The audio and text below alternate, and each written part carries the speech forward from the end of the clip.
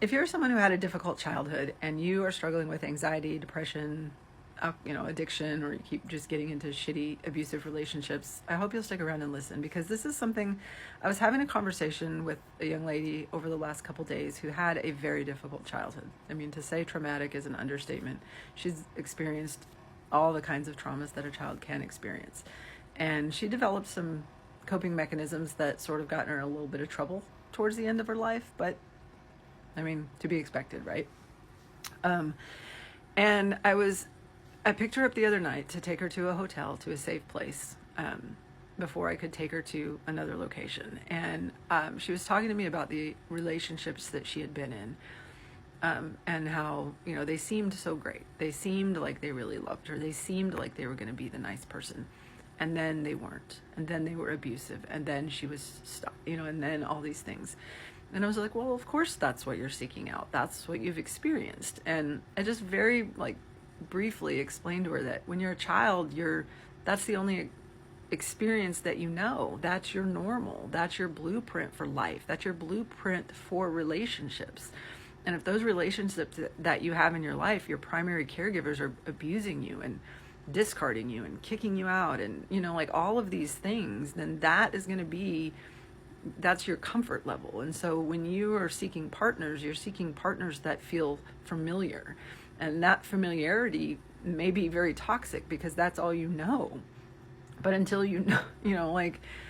anyway, she got in the car the next day and she said, I was really thinking about that. And that's exactly what I've done.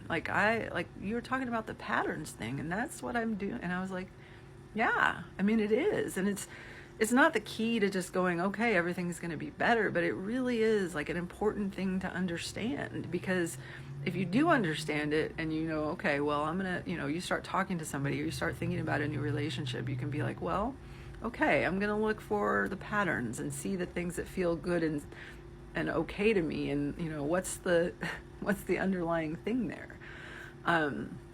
It just gives you a little space to make different choices and to be able to address the things that you need to address that are not really the alcohol or the drugs are a coping mechanism. And, for a child who's been experienced trauma and doesn't have the support in their life to regulate their emotions or to deal with things, addictions and abuse and all those things come and they serve their purpose, right?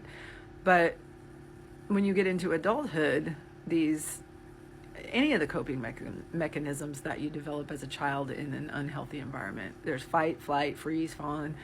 Freeze and fawn are going to be very popular in a young child because that's all you can do when the adults around you are abusive. But you might start fighting a little bit as you get older, or maybe you discover alcohol as a young teen, and that's the thing that helps you survive those years of abuse and deal with the things going on in your brain that are out of your control. And so your brain basically just gets programmed, and these are automatic responses, and there are those things that are happening in your system that you're not even aware of. And so it's that awareness and understanding that piece of it that can give you the space to make different choices and to start to go down a path of understanding and healing and doing better. So anyway, I've really struggled to put my thoughts together on this in a concise way, and I realize it's still almost a 4-minute video, and I hope you made it this long. But if you are struggling, there's a really great book out there called What Happened to You it's Dr. Bruce Perry and Oprah Winfrey co-wrote it, and they wrote it as a discussion. It's a really great audiobook. If you listen to it too, it just sounds like a talk that they're giving. But it's really informative about all of the stuff that I just talked about in a much more scientific way, and it has real life examples, the things that people can really probably relate to a lot if you get in there.